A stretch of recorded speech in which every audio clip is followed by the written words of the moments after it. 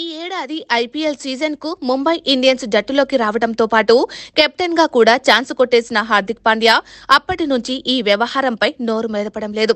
ఏం మాట్లాడితే ఏం తంట వస్తుందనుకున్నాడో ఏమో మౌనంగా ఉండిపోయాడు. మరోవైపు అప్పటి వరకు కెప్టెన్ గా ఉంటూ ముంబై ఫ్రాంచైజీ నిర్ణయంతో మాజీగా మారిపోయిన రోహిత్ శర్మ వైపు నుంచి మాత్రం అభిమానులు, అతని భార్య ఇలా పలువురు వ్యాఖ్యలు చేస్తూ వచ్చారు. ఈ నేపథ్యంలో ఐపీఎల్ సీజన్ ప్రారంభ వేళ ఎట్టకేలకు హార్దిక్ పాండ్యా నోరు విప్పాడు.